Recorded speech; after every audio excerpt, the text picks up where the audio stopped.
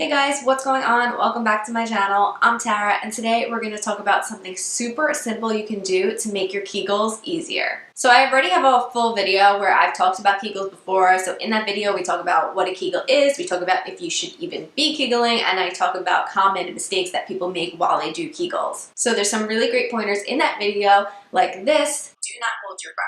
Once you do your Kegel, make sure you do fully relax. Give yourself time to fully relax before you do your next Kegel. So I highly suggest watching that video in full to make sure that you're doing your Kegels right, because we're not going to go into all of that today. Today I'm just giving you a simple way to make your Kegels easier, and that's going to be changing the position that you're doing your Kegels in. So let me explain first. So most of the time people will tend to do their Kegels, their pelvic floor contractions, while they're sitting or standing. While that is a good way to strengthen, those two positions are going to be more difficult than, say, laying down, because when you have to Kegel while you're sitting or standing, you're actually working against gravity, so it's more challenging for the muscles. Like I've kind of described before, the pelvic floor makes a sling, so when you're sitting or standing, the sling is kind of sitting like in this position, and when you tighten the sling up, you're kind of having to lift up against gravity when you're sitting and standing. If you lay it down, or if you do an inversion position, which I'm going to show you, that takes away some of the gravity force that you have to work against, so it's easier for the muscles. So if you already have a strong pelvic floor, you probably will be fine doing your Kegels sitting or standing.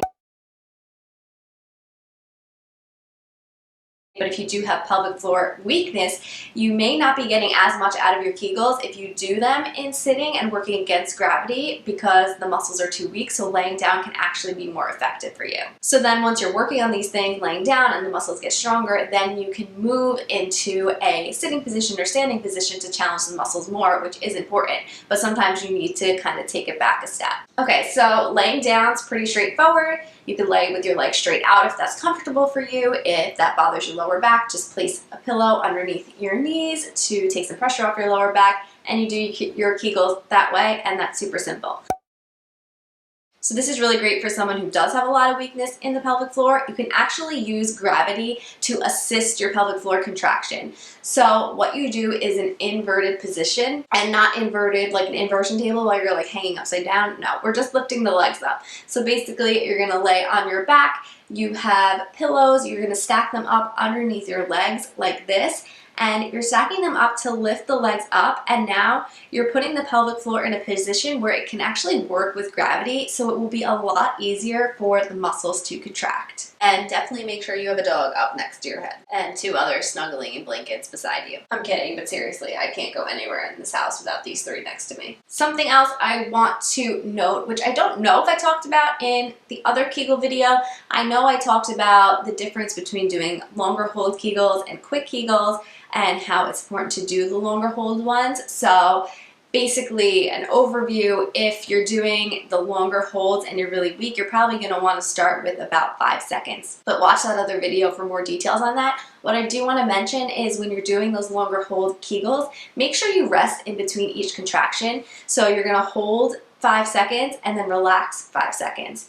Hold 5 seconds and then relax 5 seconds. Okay, so don't just keep going, because then you'll just fatigue the muscle out. Give yourself a little break in between each one. I'm not going to give you an exact amount of Kegels that you should be doing, because it's really going to be different for everyone. If you're new to Kegeling, or if you have a lot of weakness, usually doing a set of 10 is a pretty good place to start. But just know, if you are feeling like you're compensating before you get to 10 reps or something, like your glutes are trying to squeeze to help the pelvic floor contract, then do even less than 10. Because if you're compensating, you're really not working the pelvic floor in the best way, so I would rather you just do less reps. I also have 2 other videos, one that talks about what the pelvic floor is in more detail, another one that does go into more detail on if you should be Kegeling, so I'll link those below with the other Kegel videos, so you'll have resources that you can look at if you want to learn more. So that's all I have for you guys today. If you're not already subscribed to my channel, please hit that subscribe button right below me, and I'll see you guys in my next video.